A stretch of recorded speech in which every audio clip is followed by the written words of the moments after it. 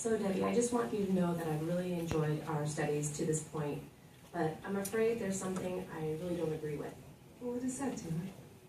Well, I understand, sort of, that you don't use idols, but what about images of saints for the sake of honoring them? This is something I was ingrained with as a kid, and we were taught that it's a very valuable part of worship. You know, I was brought up Catholic and all, so. Okay, so I can understand why you're asking this question. But it's really important that we compare what we've known or been taught all of our life with what the Bible has to say. Don't you agree? I do agree, and that's one thing I have appreciated about our studies, that we always go back to the Bible with any of my questions.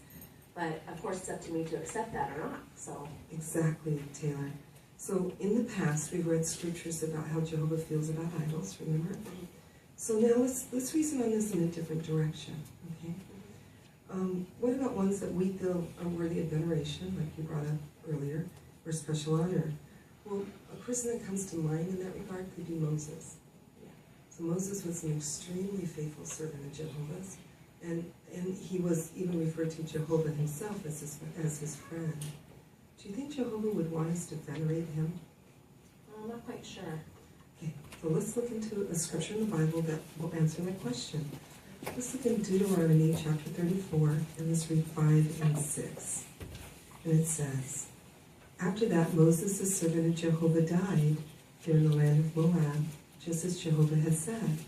He buried him in the valley of the land of Moab, opposite Beth Peor, and nobody knows where his grave is down to this day."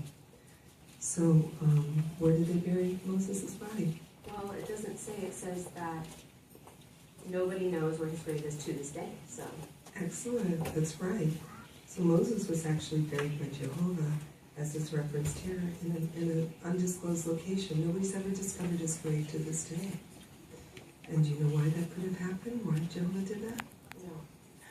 It was likely to prevent the Israelites from being ensnared into false worship, from making a shrine out of his grave.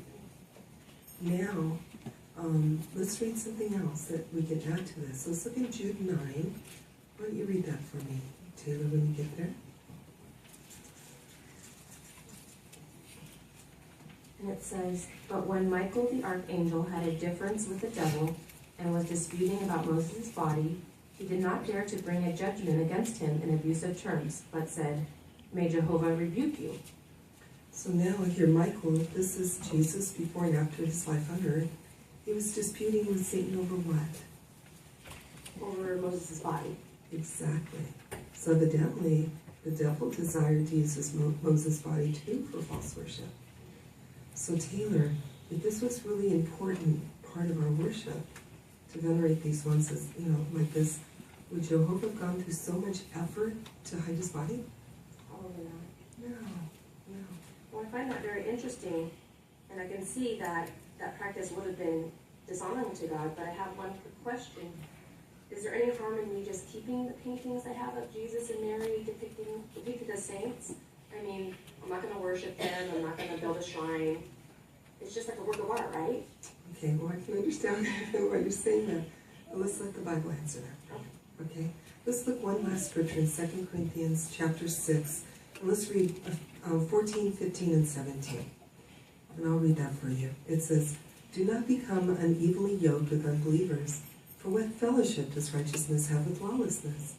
Or what sharing does light have with darkness?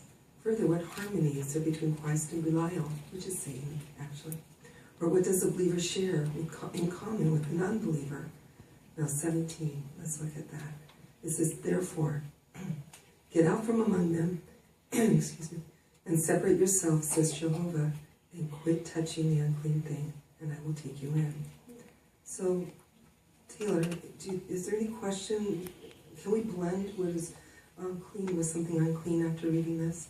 No, what we just read made it quite clear. It says to separate ourselves and to quit touching the unclean thing. Yes, and is there any doubt in your mind that these would be pagan symbols or items? No, I don't have any doubt anymore after reading these scriptures, and I think I should maybe go home and pray a little more about this and get the courage to get rid of those paintings. I'm really proud of you. So pray about it like you said, and Jehovah will help you. Well, thank you so much, Debbie.